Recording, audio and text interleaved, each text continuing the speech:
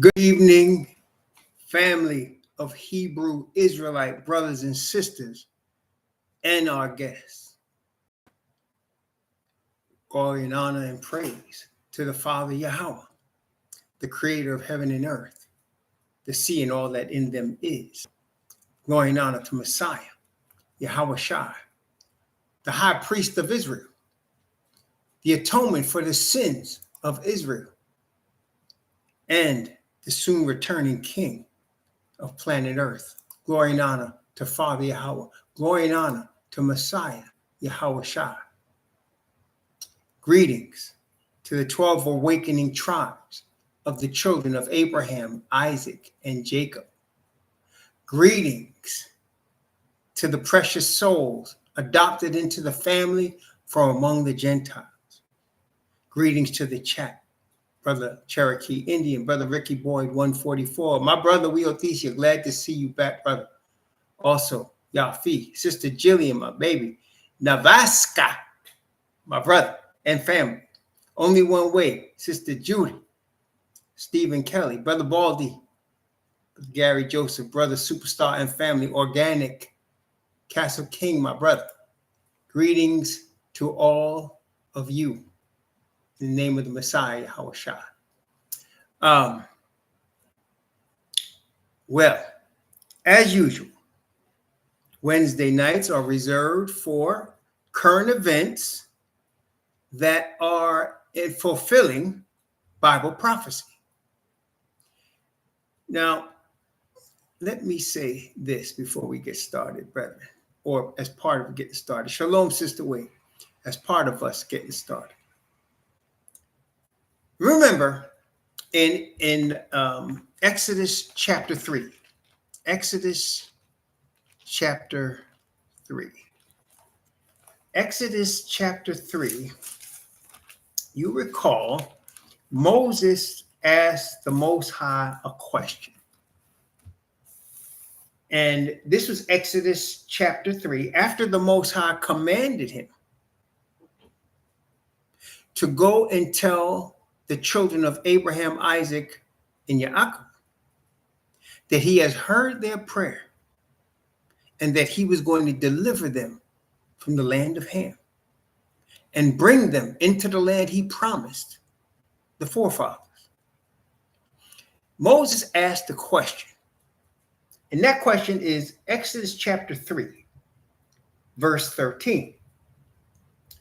Moses said unto Yahweh, behold, when I come unto the children of Israel, and shall say unto them, the Most High of your fathers has sent me unto you, and they shall say to me, what is his name? What shall I say unto them? So the question was, when they say unto me, the God of your fathers has heard you and has come to deliver you, and I say to them, and that you sent me, and they say, what is his name? And he said, Ahia, Ashar, Ahia. That is verse 14. And the Most High said unto Moses, I am that I am. And he said, thus shalt thou say unto the children of Yashar, I am, have sent me unto you. Now, I am means, is what the Most High is saying, I exist. I exist. And the Bible also tells us in Hebrews chapter 11, without faith is impossible to please him. Without faith, it is impossible to please the one that says, I exist. For he that cometh to the one that says, I exist, must believe that he is, and that he is a rewarder of them that diligently seek him. Very powerful, this is, brethren. Very powerful. And again, when you go to chapter 6, when you go to chapter 6 of the same Exodus, he calls Moses again. And I'm going to begin at verse 1 and I'm going to go down to verse 4. Well, let me go down to verse 6. But we're focusing on verse 3. But this is Exodus chapter 6 from 1 to 6. Then Yahweh said unto Moses, now shalt thou see what I will do unto Pharaoh. For with a strong hand he shall let them go. And with a strong hand he shall drive them out of his land. And the Most High said unto Moses, the Most High spake unto Moses, the Most High spake unto Moses and said unto him, I am Yahweh. And I appeared unto Abraham and unto Isaac and unto Jacob by the name Al Shaddai. That's Al meaning the Most High, Shaddai meaning Almighty. Al Shaddai. I appeared unto Abraham and unto Isaac and unto Jacob by the name Al Shaddai. But by my name, Yahweh, I was not known unto him. Yahweh. Yahweh. When you look up, I exist. The word exist is the word that is in the Hebrew 1961. 1961, and it says, I exist. It says 1961. Hawa, I exist. 1961. Hawa, I exist. And then when you look up Yahweh, especially when you look it up in the original King James Bible, I'm going to pull that up. In the original King James Bible, you will see I.E. Well, let me see it. Most time I just say this stuff off the top of my head, but I want to look this one up because I don't want to mess it up. So I'm going to look this one up because it is Yahweh. In the original King James, the 1611 King James, it is spelled like this. When you look it up in the 1611, it's I-E-H-O-V-A-H. I-E-H-O-V-A-H. But what you must realize is in the 1611 King James, two letters, V and U, switch places to the modern way that we say. What do I mean by that? So in the original King James, when you see the letter V, it is really sound like we say the letter U.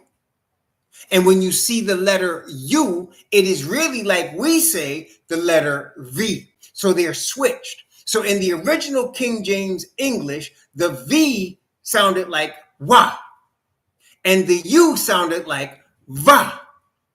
So that when you look at the word in the original King James, I-E is like the Y, Yah. And then there's ha. And then there's a V, Wah. So it's Yah, ha, Wah. He says, Yah exists in the original King James. Yah exists. So he said, I exist and Yah exists. Now check this out. All that are in his favor will continue to exist as he exists. Those that are not in his favor will cease to exist. Do you understand what I just said? So all that are under his grace and mercy, in his favor, will continue to exist as he exists. and even in a higher level than we are now, because he is obviously in a higher level. So we will continue to exist. But those that receive his wrath, his indignation, will cease to exist. Now, the enemy is telling those, don't listen to him, because you're going to continue to exist, even in rebellion against him. You're going to continue to exist. And of course, they're all going to be in for a very rude awakening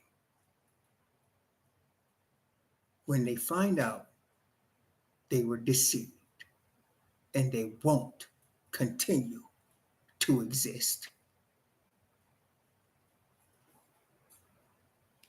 I say all that to say, right now on the planet, there are two sets of human beings. There are human beings that want to continue to exist with the one that will forever exist, Yahweh, or Ahaya, who will exist and continue to exist and will never cease to exist. And there are those that are against him, and they will cease to exist. And we are now approximately 7 years away from these two things coming to pass. Which brings me to tonight's point. Brethren, lately, have you all seen in the news at all, anything regarding the president, Donald J. Trump, and a deceased man who ceases to exist named Jeffrey Epstein? Have you ever heard anything about them in the news recently? And their connection, or if you're listening to the president, lack thereof. The thing is, what we must understand, brethren, and kind of the title of today's message illustrates that. What we must understand is that everything you see in media, and I mean every last thing from every piece of media, it's a show. And I mean, it's a serious show. And as the title says, the show is for them. The truth is for us. And y'all know what the word says. We're going to quote Revelation 1:1. The revelation of Messiah Yahushua, which Father Yah gave unto him to show unto his servants things which must shortly come to pass. And he sent and signified it by his angel unto his servant Yachanan, who bear record of the word of Yahweh and of all things that he saw. Now, the show is for them. The truth is for us. Let's talk about the show. When I say every piece of media, think of it like this. Try to think of it as all-encompassing. Politics, business, medicine. What am I missing? Religion,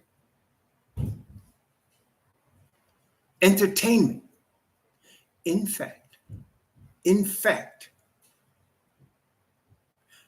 all the things I just named, politics, religion, business, medical, it's all under the guise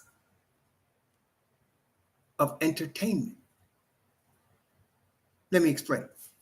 We understand entertainment. For example, in the world of sports, in the world of music, in the world of movies and art. That is all under the obvious guise of entertainment.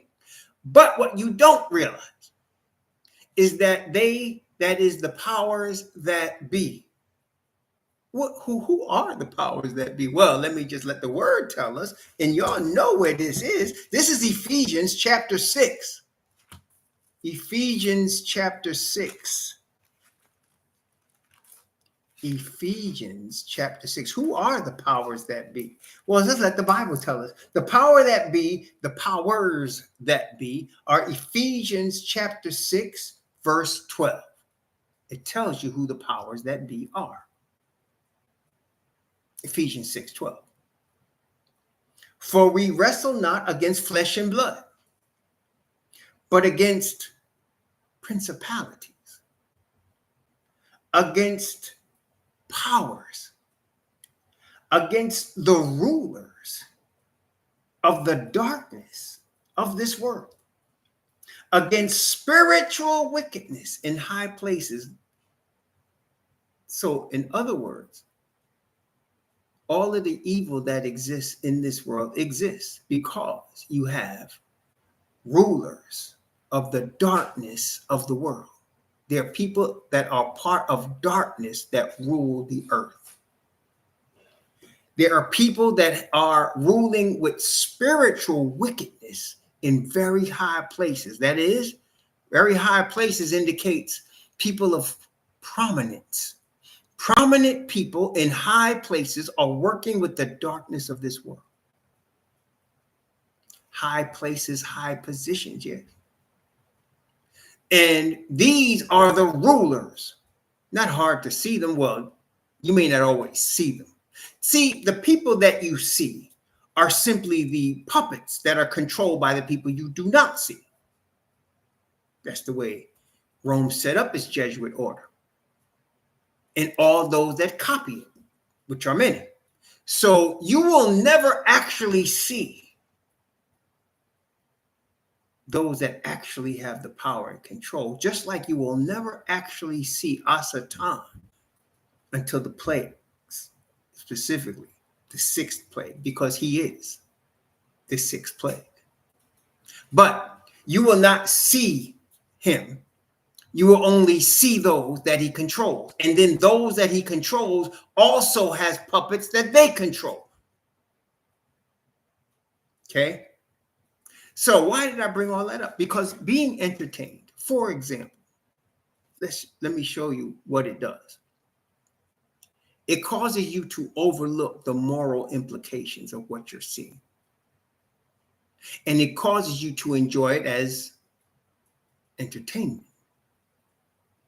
It causes you to get into the drama of it. So let me give you a couple of examples. I'm going to look it up right now because I don't remember the name of the movie. Hold on. I remember the name of the actor. I want to tell you that in a second. There it is. Okay. There was a movie. It was made in 2000. When was this movie? It was made in 2017. 2017. The movie was called American Made. You might have seen it. But the movie is depicting a man that actually existed named Barry Seal. Now you might ask, who was Barry Seal? Barry Seal worked for the CIA. Let me stop there.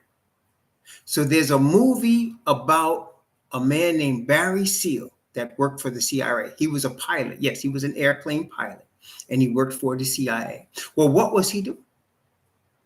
He was flying cocaine, tons of it, from Central America into the United States of America.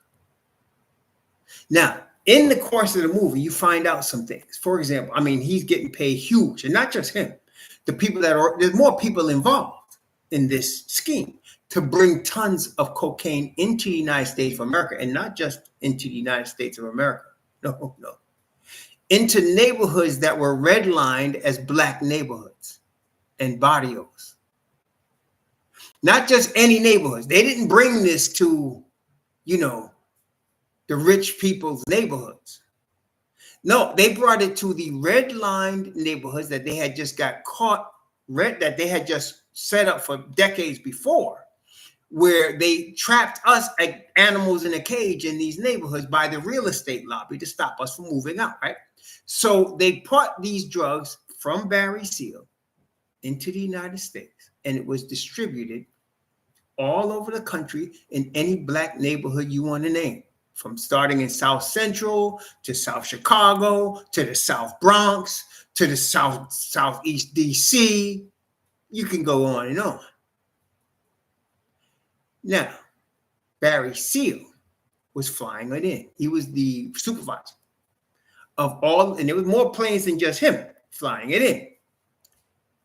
But in the course of the movie, the FBI and the CIA and the local Arkansas Sheriff's Government Department with the Attorney General of the state of Arkansas were all watching and investigating him. You say, but wait, he worked for the CIA. That's right.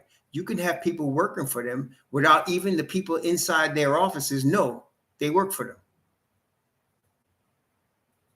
That's how deep this cover gets. And Barry Seal is just a pawn. There are multiple levels above him. But wait a minute, it gets better. I'm illustrating what we're dealing with here. So, and this is just an example. This goes way far, vastly spread out from what I'm telling you. And we'll talk about that with respect to Mr. Epstein and Mr. Trump. But Barry Seal is being watched. He's being watched by FBI, CIA, law enforcement in Arkansas, because they were taking these planes and they were dropping giant blocks of cocaine into a field in Mena, Arkansas. And then they had people picking it up, and then they started distributing. Now, eventually, all three agencies, the Attorney General's Office of State of Arkansas, the FBI, and the CIA converged on Mr. Seal, not knowing each other was converging on him. Each one had their own plan to capture him. It just so happened they all converged the same day, and they arrested him. And the state of Arkansas declared they had jurisdiction because it was in their state, above the federal government, and above, which means above the FBI and CIA. And they argued about it, and they went to the Attorney General's office of the state of Arkansas at that time. So they're bringing Barry Seal, and they use Tom Cruise as the actor. See, these actors, you have to understand, they're also used in the show to get people, because the reason actors become popular is people trust them. They trust their character. They trust them. And people start trusting these actors and start feeling empathy for them, fandom. So they are used to do things like Tom Cruise did in this movie as Barry Seal. So they bring him into the Attorney General's office, and he's telling them, y'all like Cadillacs? And these cops laugh at him. Yeah, what are you talking about? So I could buy each of y'all a Cadillac. And they said, you trying to bribe us? He said, no, I'm not trying to bribe you, because I'm going to walk out of here today. And they started cracking up. He said, yeah, I'm going to walk right out of here today. So they brought him into the Attorney General's office, and she was ready to light into him. And she was ready. Oh, Mr. Seal, we've been looking for you, and we got you. And he just sat there, smug, and the phone rang. And she told her secretary, I am not taking any calls. I am not taking any calls. And the secretary said, ma'am, you want to take this one? She said, I told you. And she said, it's Governor Clinton. See, at that time, the future president, the future two-term president of the United States, Bill Clinton, he was governor of Arkansas. And the secretary said, it's Governor Clinton. So she said, it's the governor. Woman picks up the phone. And when she hangs up the phone, she said, Mr. Seal, you're free to go. Now, what did we just see there?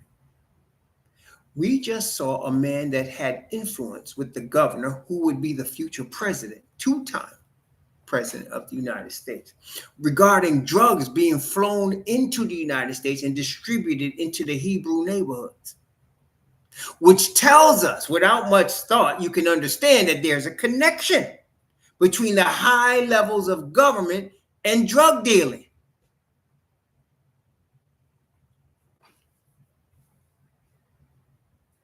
Isn't that something? And they put it on a show for everybody to sit there and look at it and say, oh, okay, that was a pretty good movie. Not realizing what exactly is going on. That's how they do it.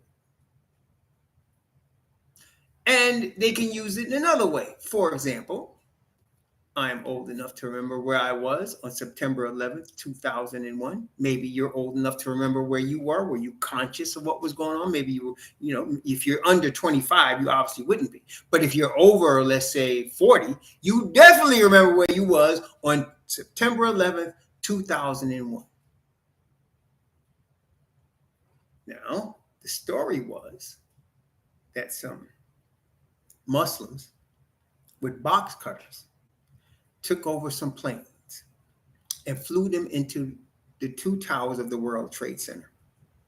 And that another couple of Muslims with some box cutters took over another plane, and the heroes on that plane caused that plane to crash in Shanksville, Pennsylvania. And that there was another plane that hit the Pentagon. Now, if you actually watch this very closely, what you will notice about the two twin towers, if you're from New York, you know what I'm talking about. Those towers came down exactly the way buildings come down in a controlled demolition. Did you see it? It was right in front of the whole world in a controlled demolition. I mean, they fell straight down. I think it's 9.68 meters per second free fall. That's physics free fall. And you can see them just come straight down. There were several buildings that made up the World Trade Center that most people don't understand. It wasn't just those two. There was another building that was not hit by any plane. It also fell straight down like a controlled demolition. And it just so happened the same man owned all buildings and collected the insurance money, lots of insurance money. And then before the end of that day, young men was lining up, volunteering to fight for their country against this man that they pointed it all to, Osama bin Laden. So that the show cost 3,000 lives in America. The show cost trillions of dollars in a war that lasted more than 10 years, fought on two fronts, Afghanistan and Iraq. When it was shown later, Iraq had nothing to do with it. I mean, absolutely nothing. But that was part of the show. And it controlled the masses of people so that the people that run the darkness of this world had the people doing exactly what they wanted them to do and believing exactly what they wanted them to believe. Now, there's a lot of shows going on in all of the areas we talked about: government, religion, business, medical. There's shows in every aspect of life. Everything you're seeing is a show, but what makes the show deadly is that real people die. That's what makes it deadly. It's still a show, but it causes real deaths. And the object of the show is to get the people beholding the entertainment to feel a certain way, especially feel a certain way, to think a certain way, and to make certain decisions based on how the show is dictated. So now, you have the beloved president, and he is the head of what I am calling. And if I was to say it, they would agree with me. I am calling it the white nationalist Christian movement. Let me put it this way: the white Christian nationalist movement. How about that? I think they would agree with me. I think all the Trump tards would agree with me if I said it is a white Christian nationalist movement. And their darling is the president. This man once said he can shoot a person dead on Fifth Avenue and his people would still vote for him. Well, they got him consorted with a known sex trafficker. A trafficker not just of sex of women, but little girls, even babies. This man that they arrested and had in a holding cell in Manhattan, somehow with all the cameras and all the guards around him, managed to kill himself. This man. And they have the president and this man, several witnesses in the mouth of 2 or 3 witnesses. At least 4 or 5 witnesses said they were best friends.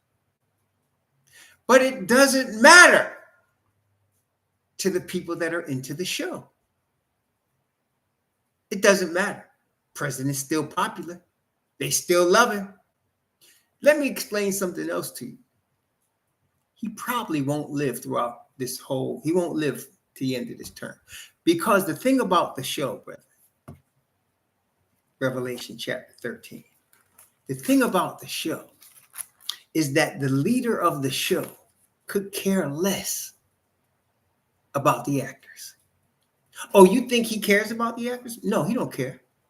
And when he's done with them, goodbye. And they must do his bidding because they want power and money. Even when they don't want to do his bidding, they have to do it because they want to live. But when he's done, he's done. Once he gets done with them and he's done with them, he's done with them. That's it. He used a man called Adolf Hitler to apparently murder 6 million Amalekites. And that's terrible. See, as I said, the thing about the show is that it costs real lives. But at the end of that segment, Hitler was dead. So were all his henchmen dead. Either they killed themselves or they got hung. He was done with them. And what happened? The state of Israel. That's what happened.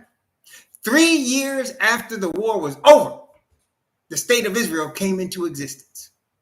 I always thought the Messiah was going to bring in the kingdom of Israel. But apparently, the United Nations is the Messiah.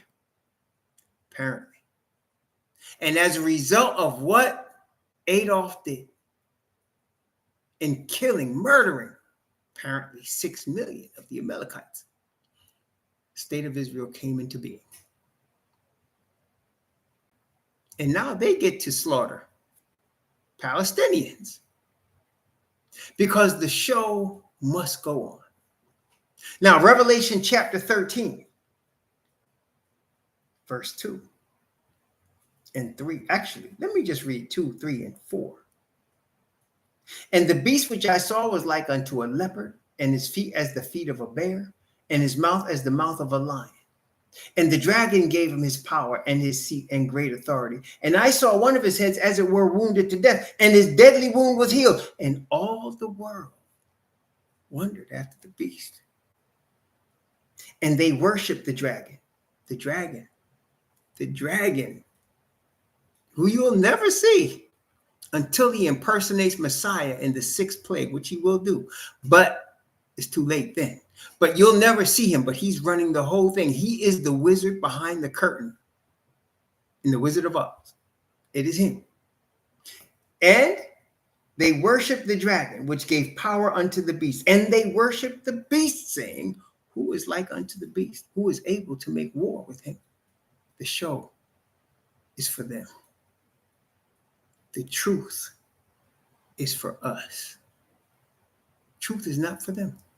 See, one thing I realized, while every person with a power of choice can choose truth, it really is only for the people of truth. So that the people of truth will choose truth. And the God that will forever exist, he says certain things about who his people are. Let's get some witnesses. Let's start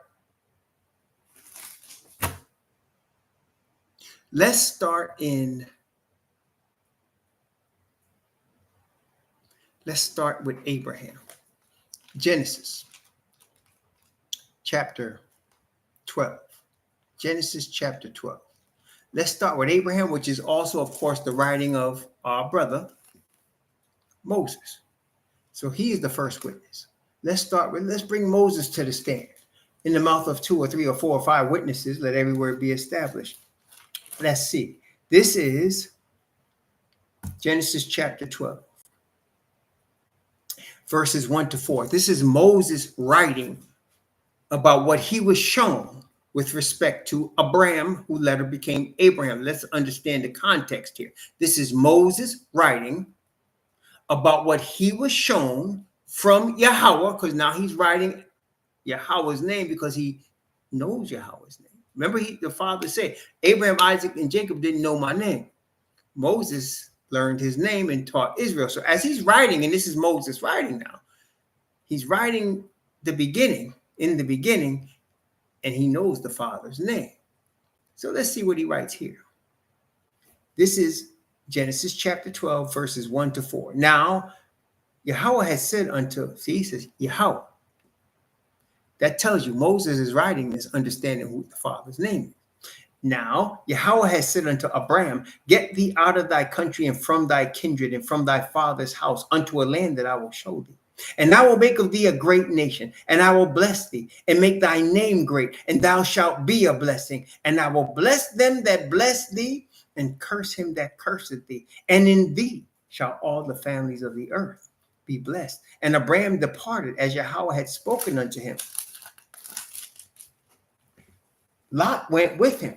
And Abraham was 75 years old when he departed out of Haran. So Abraham was 75 years old, and he was promised that he would be a great nation. We see that. Not a religion, a nation. So he said, I am going to bless them that bless thee and curse him that curseth thee. And in thee shall all the families of the earth be blessed. Okay. Then he later said, in Isaac shall thy seed be called. So the blessed seed, the chosen nation, will come from the loins of Isaac. The blessed seed in the chosen loins shall come from Isaac. Let's go back to Exodus, same witness, Exodus chapter 17. Exodus chapter 17.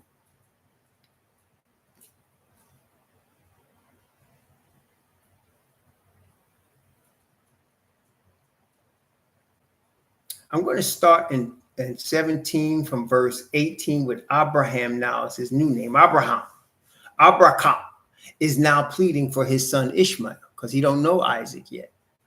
So he's pleading for his son Ishmael. In fact, let me go back to verse 15. This is Genesis chapter 17 from verse 15. Genesis chapter 17 from verse 15. And the Most High said unto Abraham, as for Sarai, thy wife, thou shalt not call her Sarai, but Sarah. Her name shall her name be. And I will bless her and give thee a son also of her. Yea, I will bless her, and she shall be a mother of nations. Kings of people shall be of her. Then Abraham fell upon his face and laughed and said in his heart, shall a child be born unto him that is 100 years old? Shall Sarah, that is 90 years old, bear? And Abraham said unto the Most High, oh, that Ishmael might live before thee. And the Most High says, Sarah, thy wife, shall bear thee a son indeed, and thou shalt call his name Yisha'ak, and I will establish my covenant with him for an everlasting covenant, and his seed after him. As for Ishmael, I have heard thee. Behold, I have blessed him, and I will make him fruitful, and will multiply him exceedingly. 12 princes shall he beget, and I will make him a great nation, but my covenant will I establish with Yisha'ak and Sarah shall bear unto thee at this set time next year. Isaac is the chosen seed of the chosen nation of the Father Yah. Isaac bore Jacob. Jacob's name was changed to Yashar'ah, and that is the 12 tribes, the chosen seed of Yashar'ah. Let's get separate. Another witness. Let's go get another witness. Let's get another witness. We're on our way to Psalms. Let's just move through. We're on our way to Psalms. So let's go to Psalms 147. You know, there's lots of Psalms. But Psalms 147 is one of my favorite ones. I like to go there for that one. Psalm 147. This is the God that we serve. He's identifying himself. First, he exists. Then he chose Abraham. Changed his name from Abraham to Abraham. And he said, Isaac, your son, is going to be the chosen nation. Yishak had 12. He had a son named Yaakov who had 12 sons and changed Yaakov's name to Yashar'ah and said, these are the 12 tribes of Yashar'ah. Psalm 147, verse 19 and 20. He showeth his word unto Yaakov, his statutes and his judgment unto Yashar'ah. He hath not dealt so with any nation. As for his judgment, they have not known them. Hallelujah. Now look. The God we serve is the God of Yashak, Yashar'ah. Yashak and Yashar'ah is the God of the bloodline. It is not the God of white Jesus. It is not the God of the Talmud. It is not the God of Judaism. No, our God is not any of that. He is the God of Abraham, Isaac, and Jacob. The one that says, I exist. This is him. These are his people. And let's look at more evidence of this in Isaiah chapter 11. Isaiah chapter 11. Isaiah chapter 11, verse 12. Isaiah chapter 11, verse 12. Isaiah chapter 11, verse 12 says what? And he shall set up an ensign for the nations and shall assemble the outcasts of Israel and gather together the dispersed of Judah. This is the same God who said, Abraham will make you a great nation. His nation will come from Isaac and through Yashar'ah. And I established the name of this nation before the earth was founded. Remember Moses said that in Deuteronomy chapter 32. When the nations were being separated, I separated space for Yashar'ah. Then he said here, I'm going to gather the outcasts and disperse from Israel and Judah. So they were dispersed and outcast. Israel and Judah were dispersed and outcast. Of course, they also look like ancient Egyptians, melanated people. Dispersed and outcast. It's their God we're talking about. The people that are not with them are not with the God that says, I exist. For them, there's the entertainment. There's the show. And they buy into the show because they are white, Christian, nationalists. They buy into the show. It's theirs. The show belongs to them. But the truth belongs to us. Let's get another witness. How about Jeremiah? We got, what do we get so far? David, Isaiah, Moses. Well, it's time for Jeremiah to show his faith. Where's Jeremiah? Hold on. Jeremiah chapter 23. Jeremiah chapter 23. What does he say here? Jeremiah chapter 23.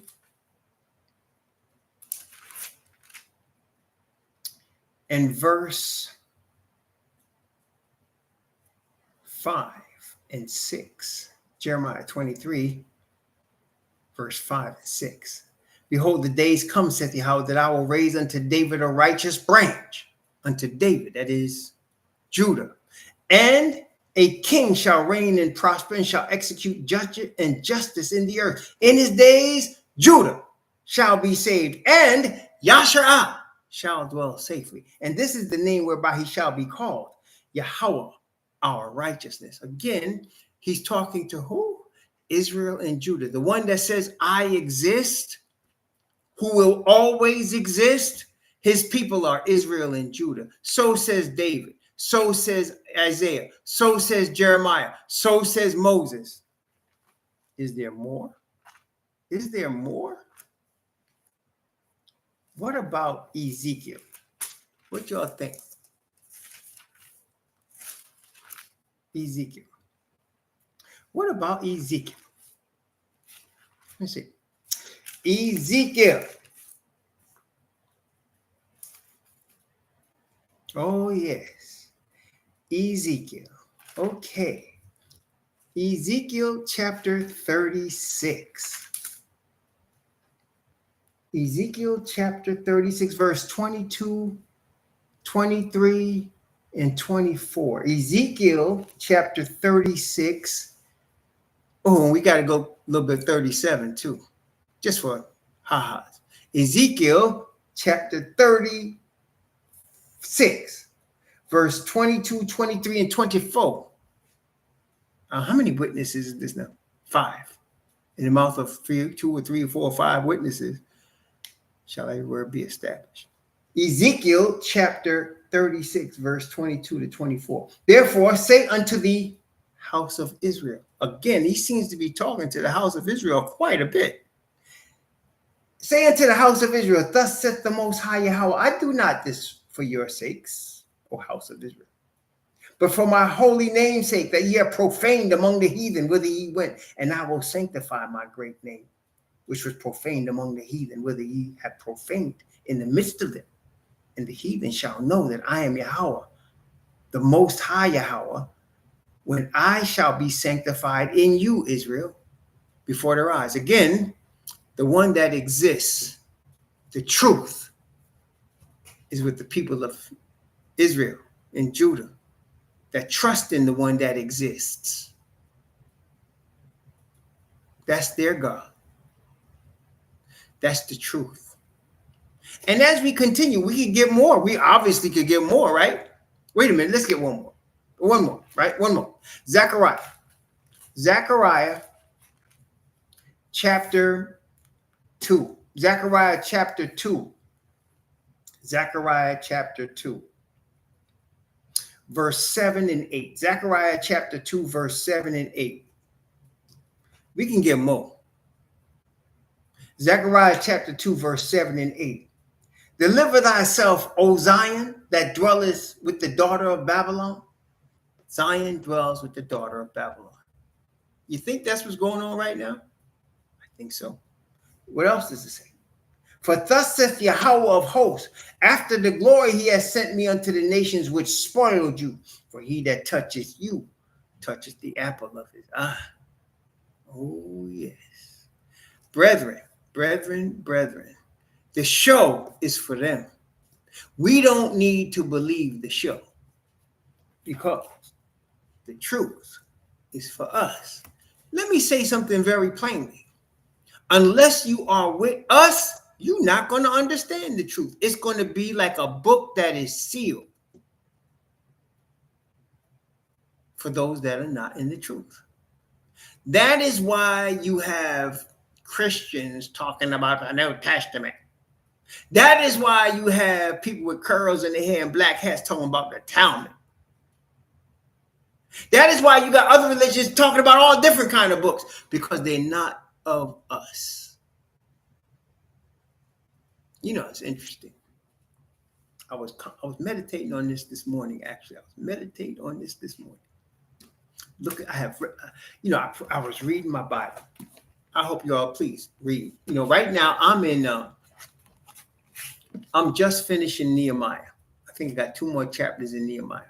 And so I'm reading this Bible, and man, every morning, you know, I pray over it, of course.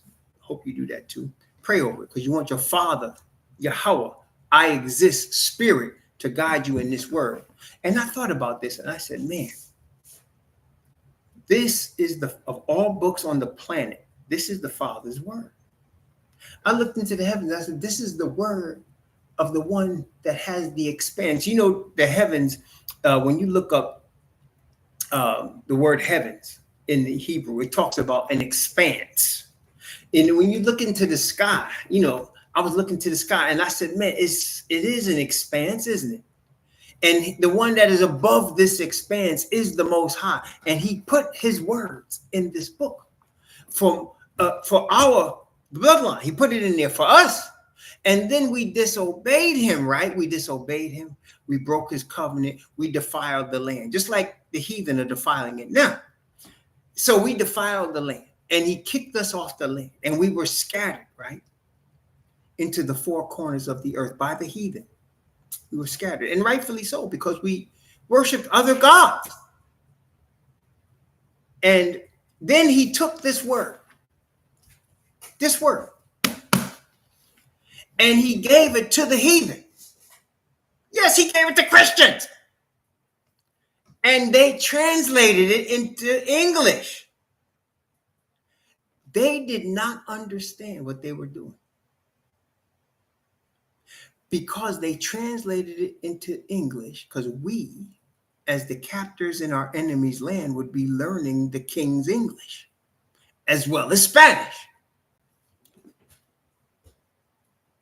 And they did not understand what they were doing, because they brought the book.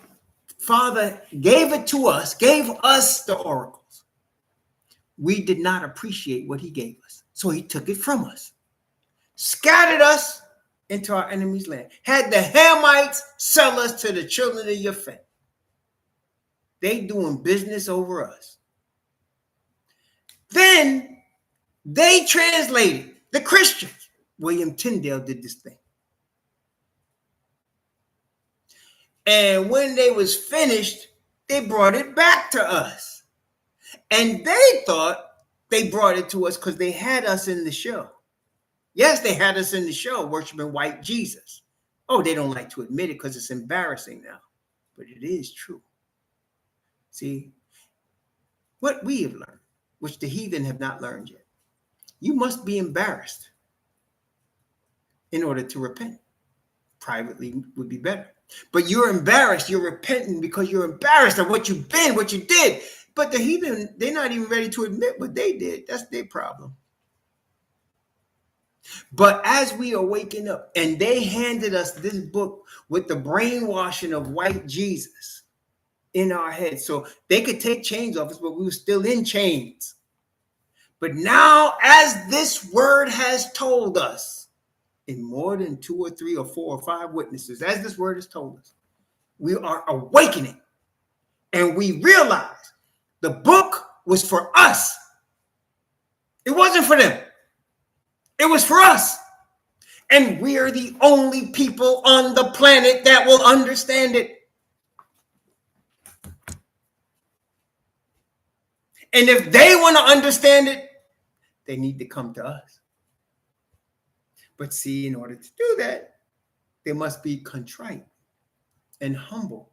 Now, as we have witnesses, we have baptized witnesses, we have witnesses. They are among them, a remnant of the heathen that are embarrassed by their cousin's actions.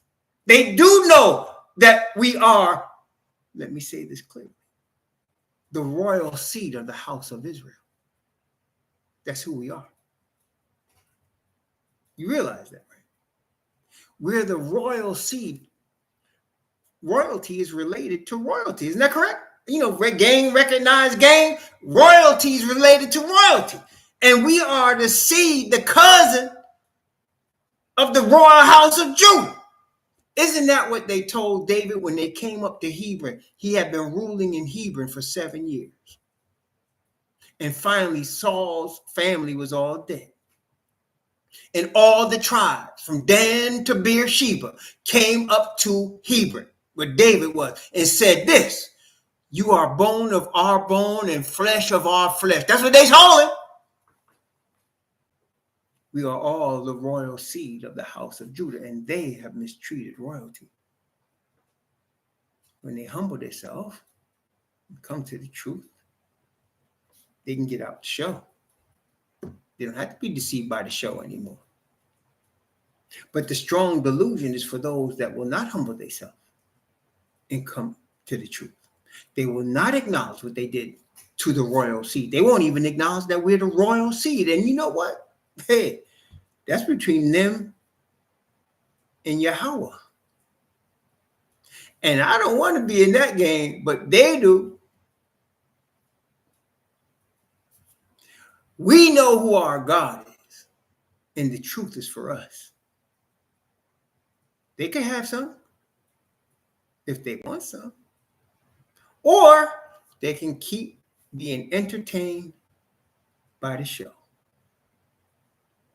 because the whole thing is a show, a staged, contrived show. And the show is created to deceive the followers of it.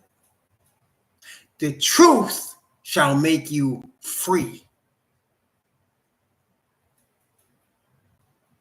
But the show makes you deceived. So the majority of people are going to continue to be in the show. And you can see it, brethren, because when they show Donald Trump with Jeffrey Epstein, and his support does not wane. He gets, in fact, one poll they took out this week said his support rose. They don't like the Epstein. His white Christian nationalist supporters don't like the Epstein affair, but that ain't stopping them from supporting their boy. That means they've been inoculated against the truth. See, that's what the show does. It will inoculate you against the truth. Truth will not affect you. You will not be convicted, or the conviction will not be strong enough for you to humble yourself in a contrite manner and come to the Father as you should. But you see, brethren, the Father has blessed us. We were in chains. Why is that a blessing? Because we were humbled. We were humbled. And in our humility, we came back to our Father. Because we found in our humility the word that show us we would be humbled. And that as a result of it, we would come back to him. And that is exactly what's happening.